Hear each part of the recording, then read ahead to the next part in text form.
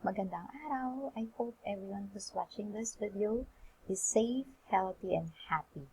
So today is January 3, 2021, the third day of the year.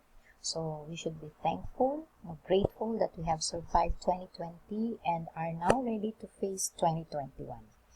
So this video presentation is about carboxylic acids. So in this presentation, we shall determine how to name carboxylic acids. But before we do that, first, what are carboxylic acids? Carboxylic acids are organic acids that contain the carboxyl functional group.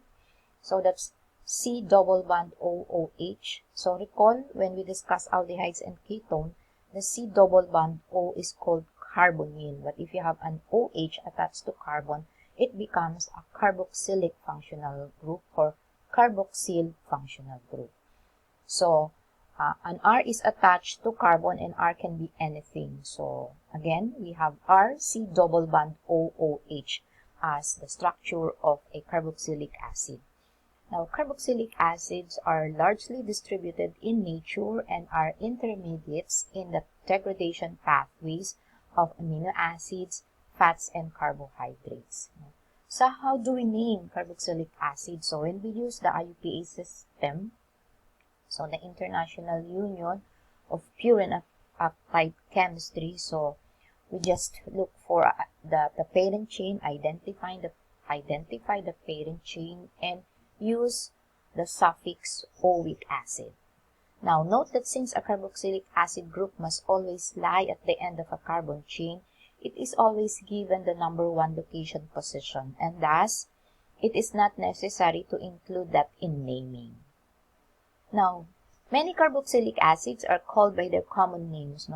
The chemists use the common names or get the common names from the source, from the sources of these carboxylic acids. For example, the simplest carboxylic acid is named formic acid because the source is ants. When you distill ants, the product is formic acid or methanoic acid.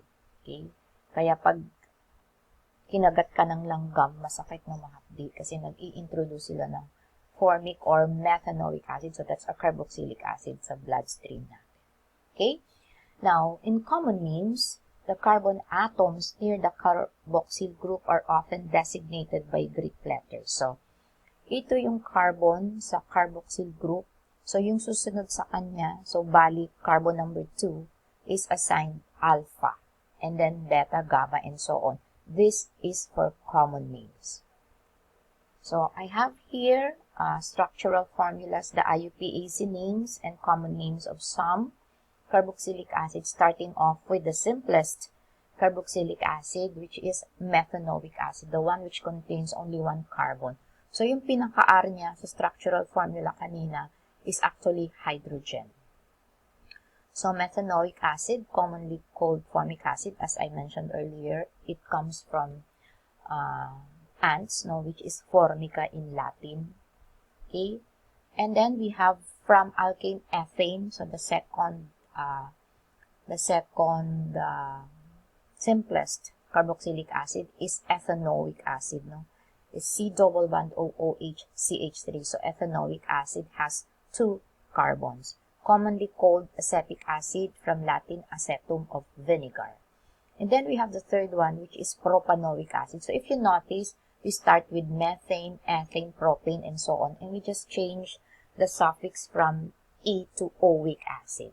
So this is propanoic acid, commonly called propionic acid. Then we have butanoic acid with 4 carbon atoms, commonly called butyric acid.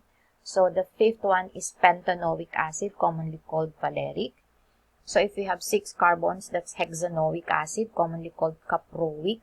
7, we have heptanoic with common name enanthic acid. 8 is octanoic acid, commonly called caprylic acid. 9 is nonanoic acid or pelargonic acid.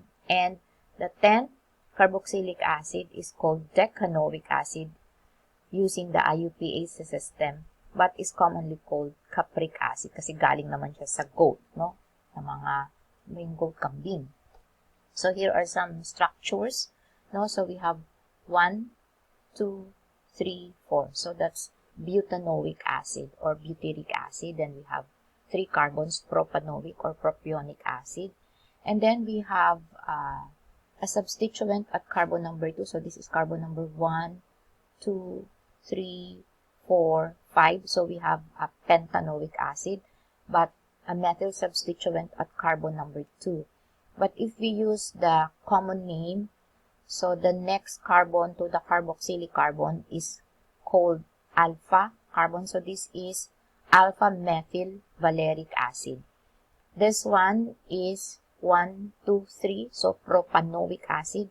And we have a chloro substituent at carbon number 3. So this is 3-chloropropanoic acid.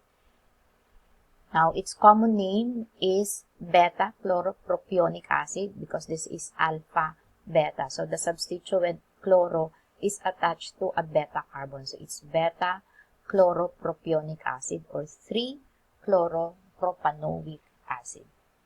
Now, when a carboxyl group is added to a ring, we use the suffix carboxylic acid instead. No? So, we add the carboxylic acid words to the name of the cyclic compound. Now, it is important that we know the carboxylic group, the carbon, no? the carbon in the ring attached to the carboxyl group is always assigned as carbon number 1. So, this is, we have 5 carbons. So, this is cyclopentane carboxylic acid. So, again, this is carbon number 1. And this is carbon number 2. So, we have a substituent, a bromo substituent at carbon number 2. So, this is a 2-bromocyclohexane carboxylic acid. So, we call this a cis-2-bromo because the carboxylic group and the bromo substituent are of the same side of the plane. Now, what about if carboxylic is present in the molecule with other functional groups? Remember that the carboxylic acids are given the highest nomenclature priority by the IUPAC system. So, kahit anong kasama niya, yung carboxylic group will always have the lowest possible location number. Now, for example, the other functional group is the OH group, so yung alcohol, no? So, the OH group now is taken as a substituent and is called hydroxy. So, we drop the L in the hydroxy. So, this is now 1, 2, 3, 4, 5, a pentanoic acid. But hydroxy substituent occurs at carbon number 3. So, this is 3-hydroxy pentanoic acid. This one is 1, 2, 3, 4 butanoic acid. And we have a 2,3-dihydroxy butanoic acid. Now, there are 2 hydroxy substituents at carbons 2 and 3. So, clearly, this is 2,3-dihydroxy butanoic acid. Now, in molecules containing carboxylic acid and aldehydes or ketones, the carbonyl group, no, yung C double bond O, is called an oxo substituent. So, here we have a 1, 2, 3, 4. We have a butanoic acid, but a carbonyl group at a carbon number 4. So, this is 4-oxo-butanoic acid. This one is a 2-oxo-butanoic acid. Now, in molecules containing a carboxylic acid and amine functional group, the amine is treated as a substituent and is called amino. So, here we have 1, 2, 3, so propanoic acid, and amino group attached to carbon number 3. So, this is 3-amino-propanoic acid. But if we use the common name, this will be alpha-beta. So, this will be beta-amino-propionic acid, no, in using the common name or giving the common name. So, this one is carbon 1, 2, 3, 4 butanoic acid. Amino group is attached to carbon number 2. So, this is 2-amino-butanoic or commonly called alpha-amino-butyric acid. Now, when a carboxylic acid is included in an alkene, so this is the system. No? So, we locate the number of the alkene, no? For the parent chain, the longest carbon chain. So, that will be the prefix name. And then, you locate where the double bond is you located, no? You identify, no, the locant where the double bond is located, and you use the ending enoic acid to indicate that the compound or the molecule has a carboxylic group and a double bond. But again, remember that the carboxylic group has the highest priority, so it should get the lowest possible number. And whenever possible, we use the cis trans or the easy nomenclature.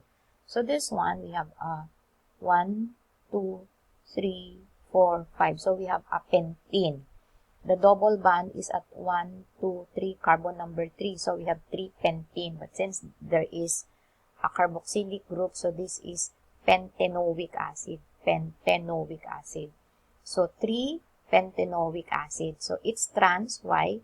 Because the hydrogen are of opposite side. So yung hydrogen dito pataas, yung isa naman pababa. Paano nasabi? No? Kasi yung isang group, this whole group, pababa siya. Tapos yung methyl group pataas. So yung hydrogen na pareho, isang pataas, isang pababa. Kaya trans. This one, we have 2-methyl, 2-butanoic acid. So this is the methyl substituent. Bakit naman E? Kasi i-compare mo yung priority group. So this is the priority group. Nakapataas siya. At yung isa, hydrogen, tsaka yung methyl. So yung methyl, yung priority group, isang pataas, isang pababa. Kaya opposite. Kaya E. E, 2-methyl, 2-butanoic acid. Now, for dicarboxylic acid, so ano ibig sabihin ng dicarboxylic? Dalawang carboxylic group sa isang molecule. Hindi na kailangan i-locate yung number. Why? Because the carboxyl groups are always at the terminal ends. No? So, hanapin mo lang yung parent chain and then you use the ending dioic acid. So, this one, we have 1, 2, 3, 4. No? So, 4 carbons, so that's butane. And then, there are 2 carboxylic groups. So, this is butane dioic acid. This one has 1, 2, 3 carbons. So, this is propane. And there are 2 terminal carboxylic groups. So, this is propane dioic acid. So, that's it. I hope you are able to have a clear grasp of naming carboxylic acids and you enjoy naming carboxylic acid. So, medyo madali lang siya, no? I-recall nyo lang yung mga previous rules sa iba't ibang functional groups and then apply also in naming carboxylic acids. You will not go wrong. So, I hope nag-enjoy kayo. Thank you for watching. Remember, you are you now. Isn't that pleasant? So, sabi ni Dr. Seuss, maging masaya na tayo ay tayo. Right? Because we are unique. With that, thank you so much and I'll see you when I see you class. Stay safe and stay healthy.